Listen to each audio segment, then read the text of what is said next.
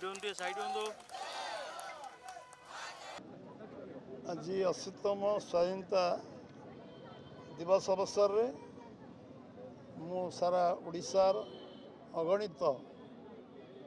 भाई भौणी मानू एवं समस्त गुरुजन मानू बुद्धिजीवी मानू छात्र युवक कृषक श्रमिक समस्त को मो अंतकरण संग्रामी अभिनंदन एवं धन्यवाद दूचे जहाँ आम समस्ते आज अवसर रे 80तम स्वाधीनता दिवस पालन करने अवसर रे आज आमर जो माने आम पाई कष्टलब्ध स्वाधीनता संग्राम आने जो त्याग तपस्या बलिदान देइचंती